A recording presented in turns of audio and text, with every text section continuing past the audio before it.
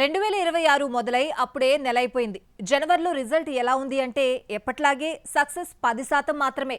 ఒక block buster, ఒక super hit, ఒక హిట్తో జనవరి గడిచిపోయింది. ఇక ఫ్లాప్లంటారా, చాలా సినిమాలు తెలియకుండా వెళ్ళిపోయాయి. New year first month result ఎలా ఉందో చూసేద్దామా? న్యూ ఇయర్ ఫస్ట్ డే సాయిక్ సిద్ధార్థ్ సకుటుంబానం వంటి ఫ్లాప్ మూవీస్ తో మొదలైంది. సంక్రాంతి బరిలో ముందుగా వచ్చిన రాజాసాబ్ అందరినీ నిరాశపరిచింది. ప్రభాస్ నమ్మకాన్ని చిన్న సినిమాల దర్శకుడు మారుతి వమ్ము చేసుకున్నాడు. ప్రభాస్ లో వింటేజ్ లుక్ ను బయటకు తీసుకొచ్చిన ఆత్మ హిప్నోటిజం అంటూ హీరో రియాలిటీలో ఉన్నాడో ఊహల్లో ఉన్నాడో తెలియకుండా చేసి ఆడియన్స్ ను కన్ఫ్యూజ్ చేసి పారేశాడు. రాజాసాబ్ కు మంచి ఓపెనింగ్స్ వచ్చినా డైరెక్టర్ ట్రీట్మెంట్ దెబ్బకు సంక్రాంతి రేసులో నిలబడలేకపోయింది. Cinema worldwide theatrical rights ను 209 కోట్లకు అమ్మితే 122 కోట్లు మాత్రమే వచ్చింది. 87 కోట్ల భారీ నష్టాలు తీసుకొచ్చింది. మాస్ సినిమాలతో బోర్ కొట్టించిన రవితేజ భర్త మహాశైలకు విజ్ఞప్తి అంటూ ఫ్యామిలీ జానర్ లోకి వచ్చాడనుకుంటే సక్సెస్ దక్కలేదు. పర్వాలేదన్న టాక్ వచ్చినా ఫ్యామిలీ ఆడియన్స్ ను సైతం మెప్పించలేకపోయింది. ఇక సినిమాను 20 కోట్లకు అమ్మితే 12 కోట్లు మాత్రమే వచ్చింది.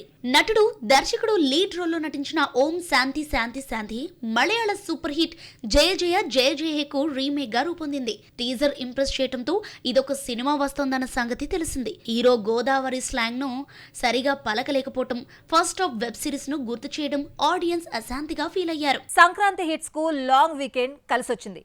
పండకొచ్చిన 5 సినిమాల్లో 3ంటికి మంచి లాభాలొచ్చాయి. వీకెండ్ వస్తే ఇప్పటికీ మంచి వసూళ్లు రాబట్టడం విశేషం. ఇక వీకెండ్ వస్తే సంక్రాంతి హిట్స్ మంచి వసూళ్లు రాబడుతున్నాయి. లాస్ట్ సండే అనగనగా ఒక రాజు, నారీ నారీ నడుమ మురారి చెరో 40 లక్షలకు పైగా కలెక్ట్ చేసింది. ఇక మనశంకర వరప్రసాద్ అయితే 1,50,00,000 తీసుకురావటం విశేషం. సంక్రాంతి హిట్స్ అన్నింటిలో లాంగ్ వీకెండ్ తో ఎక్కువ లాభపడింది మాత్రం మనశంకర వరప్రసాదే. ఇప్పటి వరకు మరో క్రేజీ మూవీ రాకపోవడంతో ఇంకో 10 రోజులు కొత్త సినిమాలు లేకపోవటం సంక్రాంతి హిట్స్ కు కలిసి రానుంది.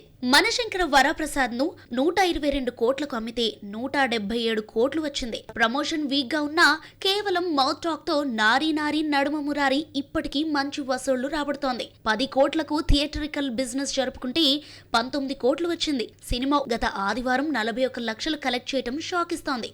మున్ముందు థియేటర్స్ నుంచి మరో 1 కోటి వచ్చే అవకాశం ఉంది. అనగనగా ఒక రాజుతో నవీన్ పోలిశెట్టి వరుసగా 4వ హిట్ ను వెనకేసుకున్నాడు. సినిమాను 27 కోట్లకు అమ్మితే ఇప్పటి వరకు 48 కోట్ల షేర్ కలెక్ట్ చేసింది.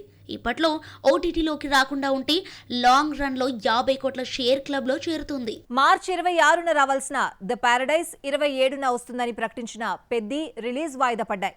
మళ్లీ ఎప్పుడొస్తాయో తెలియదు. ఈ ప్లేస్ ను ఉస్తాద్ భగత్ సింగ్ భర్తీ చేస్తుందనుకున్నారు. ఈ డేట్కి వస్తుందా లేదంటే ఏప్రిల్ కు వెళ్ళిపోయిందా? Have a look. అనుకున్న టైంలో ఒక్క పెద్ద సినిమా కూడా రిలీజ్ కావడం లేదు. విశ్వంభర సమ్మర్లో వస్తుందని ప్రకటిస్తే రావడం లేదని చిరంజీవే చెప్పాడు. జూలైలో వస్తుందని సన్నిహితులతో ముచ్చటించాడు చిరంజీవి. మెగాస్టారే చెప్పడంతో విశ్వంభర రెయినీ సీజన్ కు వెళ్లిపోయింది. షూటింగ్ పూర్తి కాకపోవడంతో the paradise Peddi release post phone ఖాయం. ఇదే డేట్ కు పవన్ కళ్యాణ్ ఉస్తాద్ భగత్ సింగ్ వస్తుందని, అందుకే హుటాహుటిన డబ్బింగ్ కూడా స్టార్ట్ చేశారంటూ ప్రచారం జరిగింది. Indian most awaiting movie Dhurandhar 2 రావడంతో ఉస్తాద్ కూడా తప్పుకున్నాడన్న ప్రచారం నడుస్తోంది. ది పారడైజ్, పెద్ది, విశ్వంభర వంటి పెద్ద సినిమాలు హ్యాండ్ ఇవ్వడంతో ఈ సమ్మర్ కూడా ఖాళీ అయిపోయింది. ధురంధర్ మార్చి 19న వస్తే ఉస్తాద్ను 25న రిలీజ్ చేయడానికి ఎలాంటి అభ్యంతరమూ ఉండదు.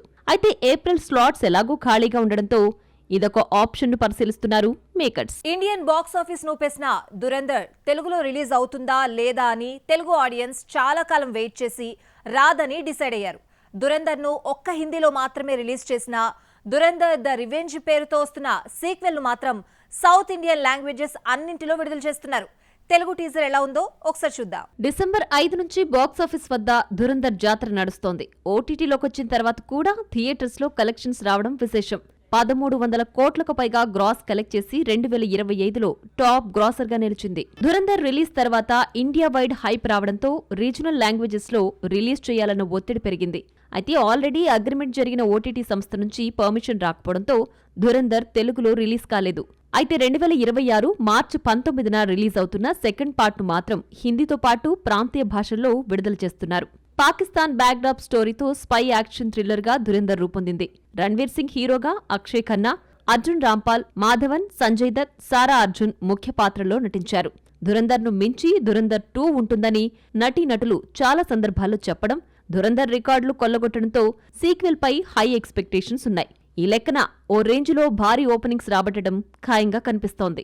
ఈసారి రీజనల్ లాంగ్వేజెస్ లోనూ రావడంతో ఓపెనింగ్స్ రికార్డులు కొల్లగొడుతుందేమో చూడాలి మరి. కాంతార చాప్టర్ 1తో అద్దిరిపోయే హిట్ కొట్టిన రిషబ్ శెట్టిని కన్నడిగులు పక్కన పెట్టేశారా? సినిమా 800 కోట్లకు పైగా గ్రాస్ కలెక్ట్ చేసేసరికి రిషబ్ శెట్టి శాండిల్వుడ్ కు అందకుండా పోయాడా? రిషబ్ అడుగుతున్న రెమ్యూనరేషన్ కు కన్నడ నిర్మాతలు కంగు తిన్నారా? ఇంతకీ రిషబ్ ఎంత పారితోషికం డిమాండ్ చేస్తున్నాడు?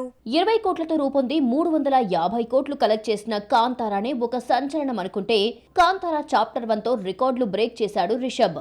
వరల్డ్ వైడ్ 850 కోట్లు రాబట్టగా హిందీలోనే 225 కోట్లు కలెక్ట్ చేయడంతో రిషబ్ నెక్స్ట్ మూవీపై భారీ అంచనాలు ఉన్నాయి. అయితే రిషబ్ రెమ్యునరేషన్ కూడా అందరంత ఎత్తుకు పెరిగిందే. పాన్ ఇండియా ఇమేజ్ సంపాదిస్తున్న రిషబ్ ఊరుకుంటాడా? 80 కోట్లు డిమాండ్ చేస్తున్నాడు అని తెలిసిందే. రిషబ్ పారితోషికం 80 కోట్లకు వెళ్లిపోవడంతో కన్నడిగులు షాక్ తిన్నారు. పెద్ద banners Hombale films, KVN productions Rishab శెట్టితో సినిమా తీయడానికి ఇంట్రెస్ట్ చూపించడం లేదు. కాంతారా చాప్టర్ 1 850 కోట్లు కలెక్ట్ చేసినా హీరోకే 80 కోట్లు ఇవ్వడానికి వెనకాడుతున్నారట. రిషబ్ చేతిలో ఒక్క కన్నడ మూవీ లేకపోవడానికి ఇదే కారణం కావచ్చు.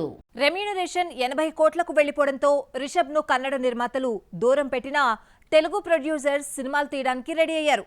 కాంతారా చాప్టర్ 1 కలెక్ట్ చేసిన 850 కోట్లతో ఫిదా అయిన మన నిర్మాతలు రిషబ్ కు 80 కోట్లు ఇవ్వడంలో రిస్క్ ఏముందని అంటున్నారు. కాంతారా చాప్టర్ 1 రిలీజ్ కాకుండానే రిషబ్ 4 సినిమాలకు గ్రీన్ సిగ్నల్ ఇచ్చాడు.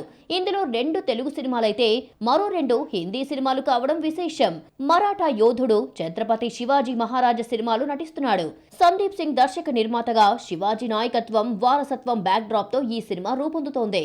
లగాన్, జోధా అక్బర్ వంటి హిస్టారికల్ డైరెక్టర్ అశుతోష్ గోవారికర్, శ్రీకృష్ణ దేవరాయలు చరిత్ర ఆధారంగా తీసే సినిమాలు రిషబ్ పేరు వినిపిస్తోంది. ఏడాది క్రితమే తెలుగు సినిమా జై హనుమాన్ కు గ్రీన్ సిగ్నల్ ఇచ్చాడు రిషబ్. ఆల్రెడీ హనుమాన్ గెటప్ లో చిన్నపాటి గ్లిమ్స్ కూడా విడుదల చేశారు.